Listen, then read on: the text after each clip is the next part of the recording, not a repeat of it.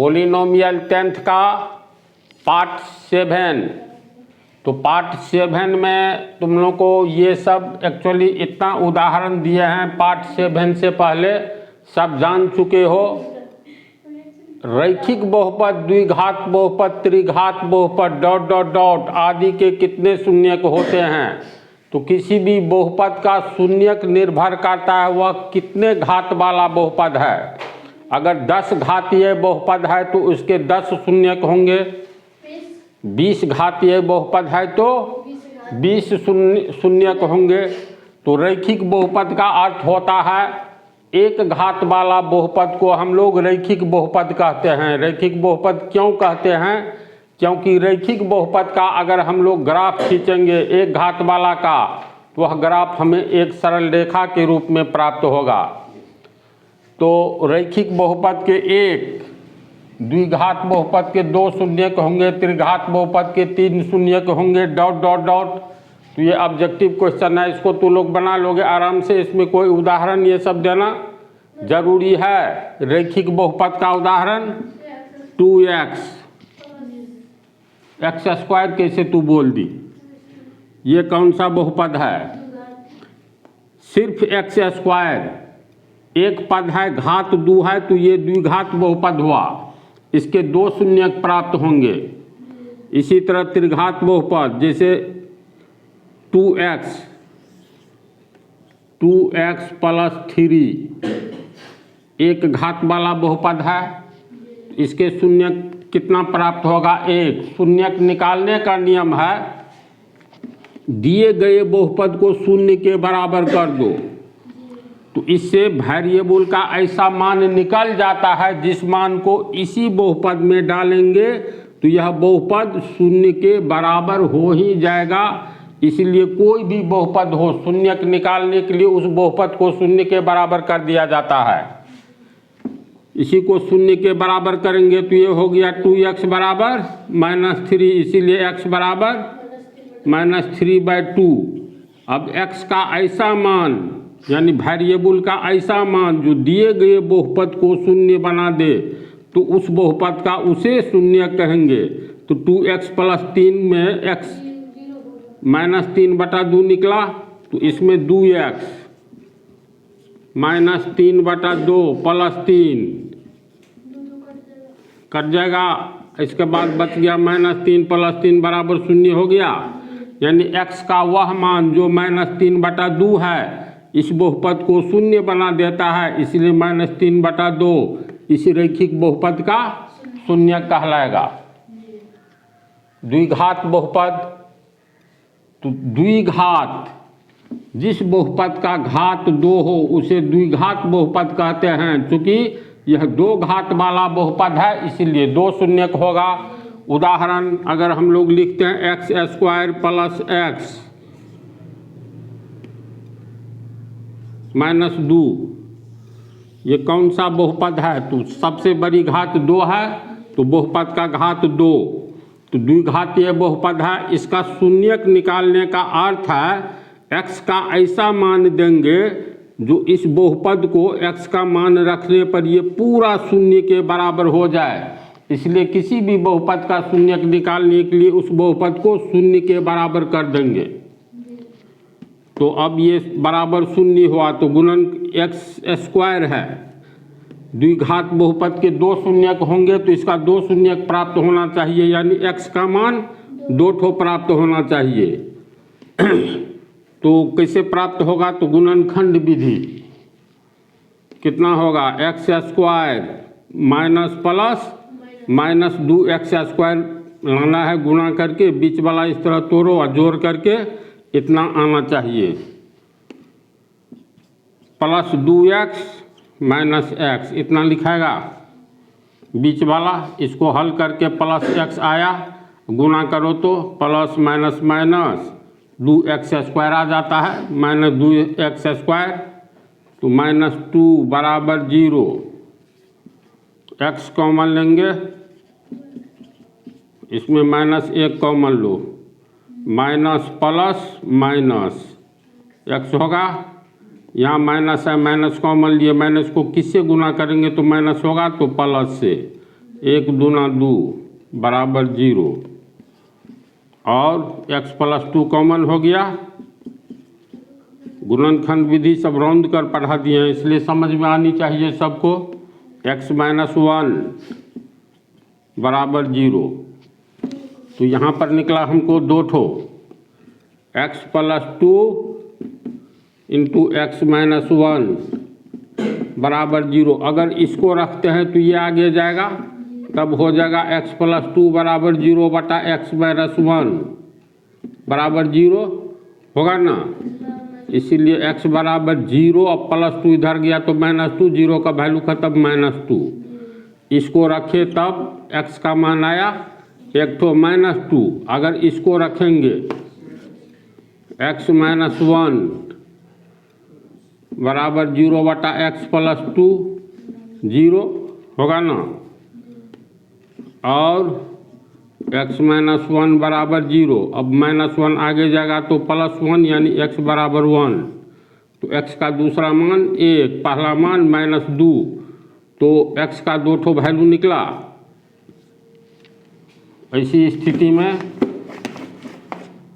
x बराबर -2 एवं 1 ये दोनों दिए गए बहुपद का शून्यक हुआ। बहुपद क्या है? बहुपद है तुमको x² प्लस x माइनस 2, ये है बहुपद। तो इस बहुपद को का शून्यक x का वह मान होगा जो रखने पर इतना बराबर 0 हो जाएगा। तो x², पहले चलो इसी मान को रखते हैं। इसको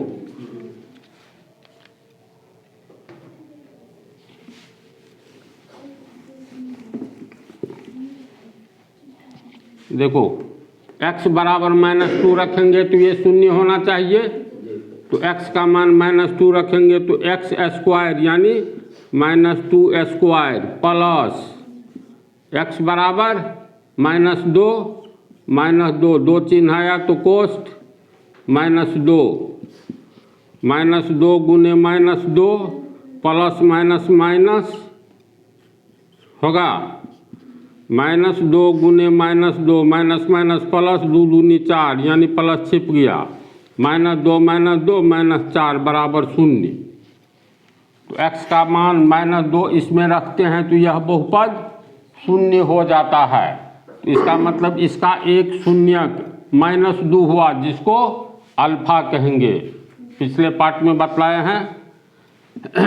एवं 1, इसमें x का मान, इसमें अगर 1 रखते हैं तो 0 होगा 1, तो 1² जोड़ 1 -2, 1 गुने 1 1 1 2 2 -2 बराबर 0 आ गया। तो द्विघात बहुपद के 2 शून्यक होते हैं तो 2 ठो शून्यक हुआ। इसी तरह त्रिघात बहुपद के 3 शून्यक होंगे, चतुर्थ घात के 4 होंगे। तो इस क्वेश्चन को तो लोग समझ गया।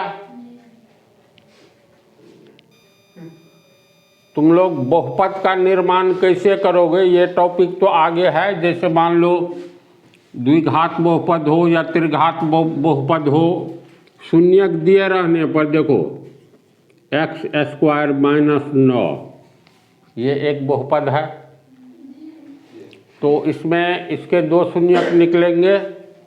अनुमान है ना, एक तो +3 दूसरा, तो इस द्विघात बहुपद का शून्यक निकालने के लिए इसको 0 के बराबर बना दो, यानी बराबर 0 कर दो। तो क्लियर है, x² बराबर 9, 0 का वैल्यू तो हर जगह 0 में कुछ जोड़ोगे तो उतना ही रहेगा। और x बराबर ±√9 यानी ±3, इसीलिए लिखेंगे x बराबर 3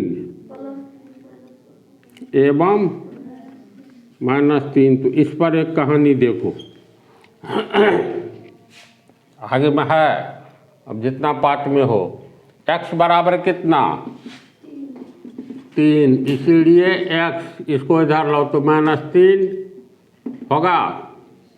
बराबर के आगे क्या बचा? कुछ नहीं तो 0। तो इसका मतलब ये पहला गुणनखंड हुआ। ये जैसे इसको ऐसे भी बना सकते हैं, इसको लिख सकते हैं x² माइनस 3 तिया 9, देखते जाओ, और x² माइनस 3² बराबर 0 होगा। a² माइनस b² के तर्ज पर आ गया। इसका अर्थ हुआ a² माइनस b² का मतलब a plus b into a minus b, यानी x plus 3, a plus b into a minus b, यानी x माइनस 3 बराबर।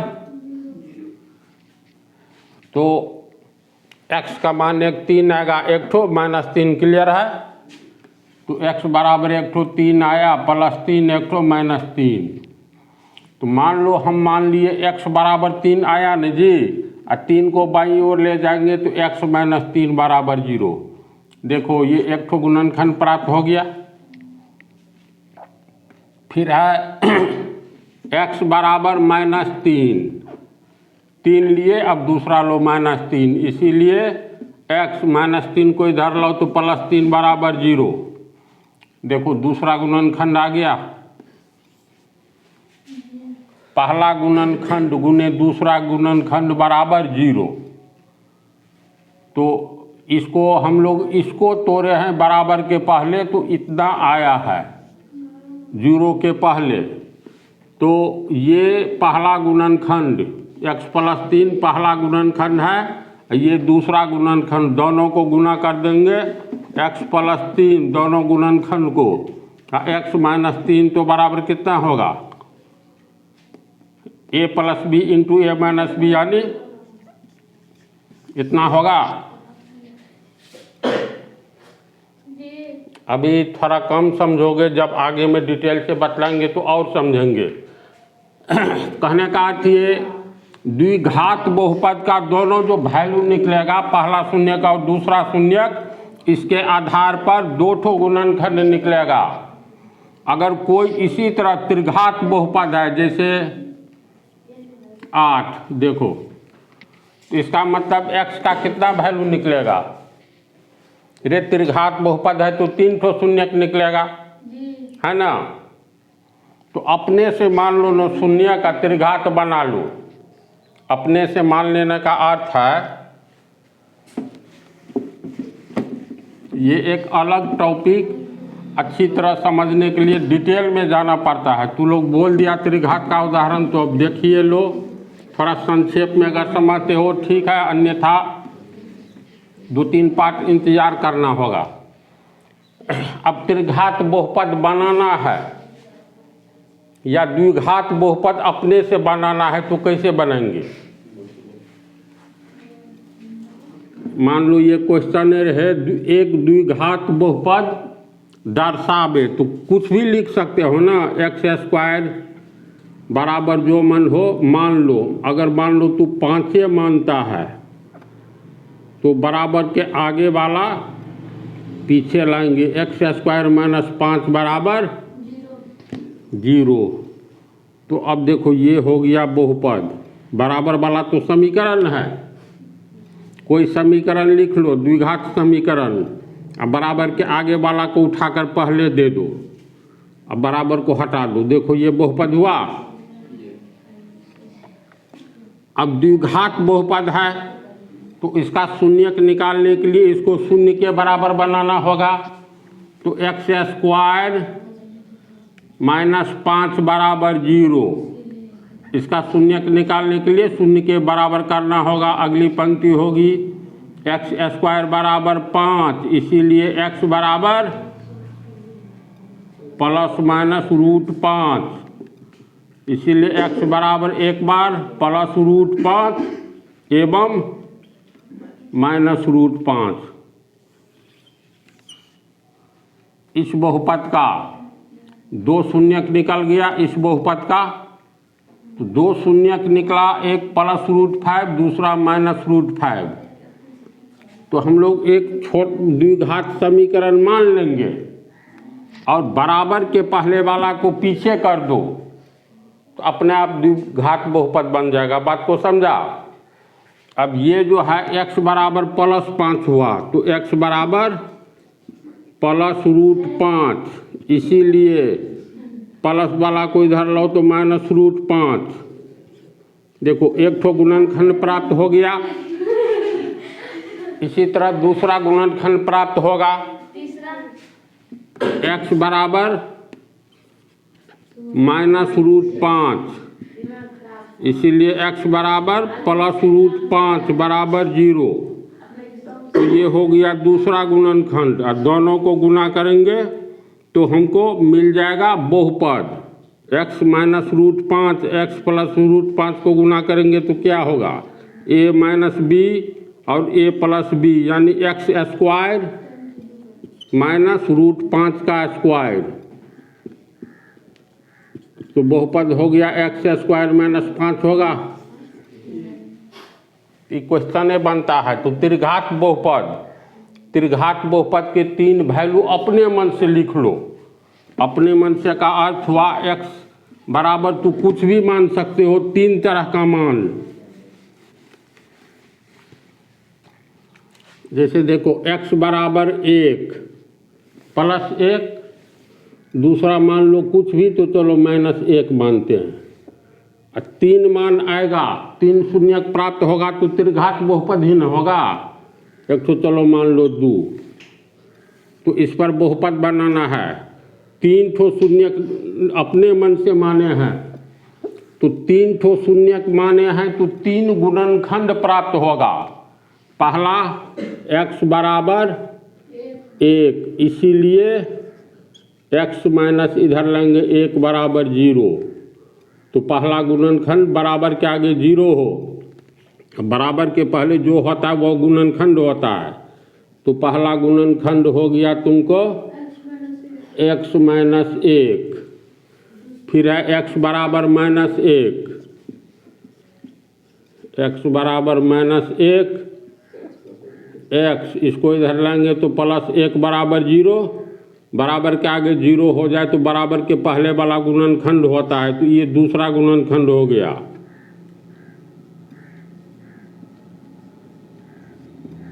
दूसरा हुआ x + 1। तीसरा शून्यक है x बराबर 2, इसीलिए x - 2 बराबर 0। बराबर के आगे 0 हो गया तो बराबर वाला के पहले ये गुणनखंड हुआ। तो पहला दूसरा, अब तीसरा गुणनखंड मिल गया। तो तीसरा गुणनखंड x - 2 हो गया। तो पहला गुणनखंड, दूसरा गुणनखंड और तीसरा, तीनों को गुना कर दोगे तो एक बहुपद बन जाएगा जिसका शून्यक 3 ठो होगा। तो अब गुना कर दो। पहला गुणनखंड तुमको x - 1 है तो x - 1 गुने दूसरा गुणनखंड x + 1 गुने तीसरा गुणनखंड x - 2। यही बहुपद हो गया, गुना कर दो। तो गुना करेंगे तो क्या होगा? x - 1 x + 1 a - b × a + b। जल्दी बोल। x² - 1, 2 को गुना करने पर ये तीसरा हो गया। तो x को x² से गुना करेंगे x³ प्लस माइनस x को 1 से गुना करेंगे x, -2 को गुना करना है दोनों से, माइनस प्लस माइनस, 2 को x² से गुना करेंगे 2x², माइनस माइनस प्लस 2 × 2। तो x³ बड़ा पावर सबसे पहले लिखना है। इसमें x² वाला आइटम अकेले है तो -2x², पावर 3 पावर 2 क्रम से लिखना है घटते हुए क्रम में, तब -x, ये +2, यानी यही हो गया त्रिघात बहुपद। तो त्रिघात बहुपद हो गया तुमको x cube minus 2x square minus x plus 2। बोलो कौन सा बहुपद है? क्यों है? क्योंकि इस बहुपद के घात 3 है। तो इसका 3 ठो मान निकलेगा। हल करेंगे ना तो एक्स इसका शून्यक निकालेंगे तो इसका अर्थ है पूरे बहुपद को शून्य के बराबर कर दो। अब इसमें घात 3 है, त्रिघात बहुपद है, तो x का 3 मान निकलेगा। यानी दिए गए बहुपद के 3 शून्यक प्राप्त होंगे।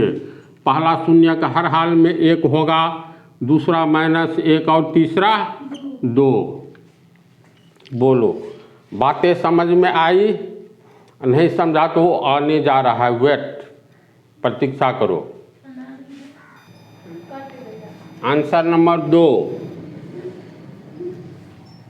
त्रिघातीय बहुपद के शून्यकों का योग एवं गुणनफल निकाले। तो त्रिघात बहुपद के 3 शून्यक होते हैं। पहला का नाम है अल्फा, दूसरे का नाम बीटा, तीसरे का नाम गामा। डेल्टा भी कह दोगी, थीटा भी अलग अलग होना चाहिए तो कोई अंतर नहीं पड़ता है, लेकिन किताब में दिया है अल्फा बीटा गामा। तो 3 शून्यक क्या अल्फा डेल्टा पूरा हो जाएगा तब क्या रखेंगे? इसके बाद बहुते है। ABCD में कितना अक्षर है? 26 और 32 आदमी का नाम रखना है तो पहला का ABCD 26 ठो हो गया। 27वां का नाम रख दो A1, 28वां का A2, 29वां का A3। अब अनंत तक ए पर लिखते जाओ। अब समझी कैसे है बहुत?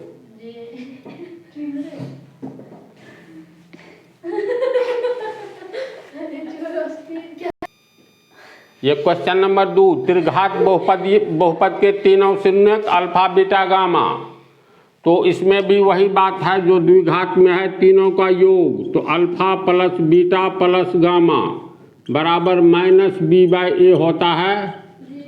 इसके बाद तीनों का गुणनफल अल्फा बीटा इंटू गामा। अब कैसे होता है इस पर नहीं जाना है। -d/a। अब देखो यहाँ d/a मतलब क्या है?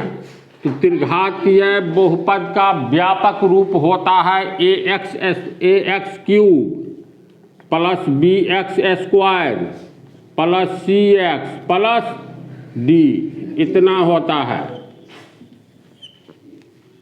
तो alpha plus beta plus gamma त्रिघात बहुपद के 3 शून्यक, तीनों शून्यक को जोड़ेंगे जब कैलकुलेशन करेंगे हिसाब किताब तो रिजल्ट क्या आएगा? रिजल्ट आएगा -b/a।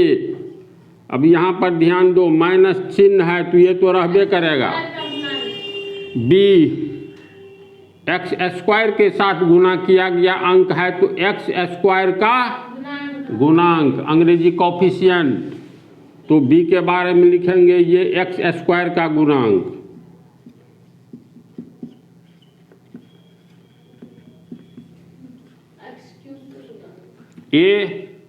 एक्स क्यूब के साथ गुना किया गया है। ये ABCD है क्या? तो ये रियल नंबर्स हैं, वास्तविक संख्या।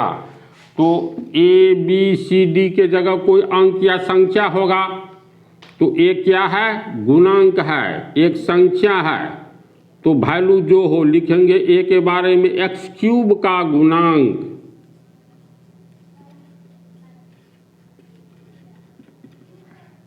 यानी इतना तक याद रखना है, समझ गया? इसी तरह गुणनफल में त्रिघात बहुपद के तीनों शून्यकों का गुणनफल बराबर -d/a। -d/a।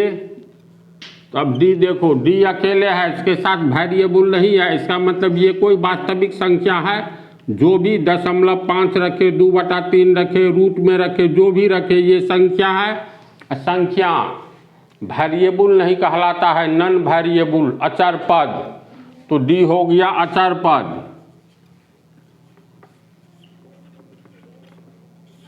ए एक्स क्यूब का गुणांक।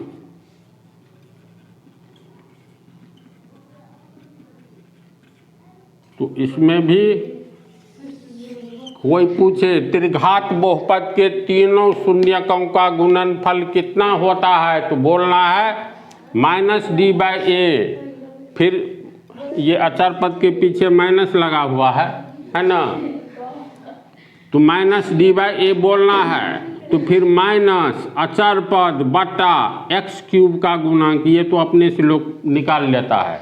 कम से कम इतना बोलना है, इतना, इसमें भी इतना बोलना है। तो तुम्हारा क्वेश्चन जो है त्रिघात बहुपद के शून्यकों का योग एवं गुणनफल निकालें। एक तो ये हुआ, एक दूसरा भी होता है,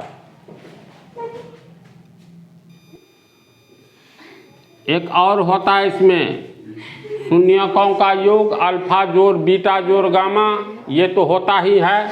और त्रिघात बहुपद के 3 शून्यक होते हैं, तो अल्फा बीटा गामा। दूसरा क्या होता है, अल्फा बीटा जोड़ अल्फा गामा जोड़ बीटा गामा, इतना बराबर होता है c/a। समझा? तो इसको कैसे मतलब ये करेंगे, याद रखेंगे, ये भुला जाओगे। देखो कैसे याद रखोगे। अल्फा बीटा गामा है ना, अल्फा बीटा गामा, तो अल्फा को एक बार बीटा के साथ गुना करो, तो अल्फा बीटा जोड़ फिर अल्फा का गुना गामा के साथ करो, तो अल्फा गामा। इसका गुना इससे हो गया, इसका गुना देखो इससे हो गया है, तो ये आगे में बच गया बीटा गामा, तो जोड़ बीटा गामा। याद रहेगा? अंत में इसका इससे कर देना है, तो बराबर c/a।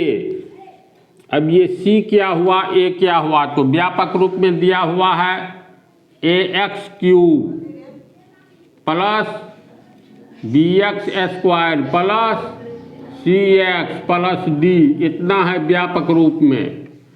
तो c किसके साथ गुणा किया हुआ है, x के साथ, तो लिखेंगे x का गुणांक, समझा, बटा a किसके साथ, x³ के साथ, तो x³ का गुणांक।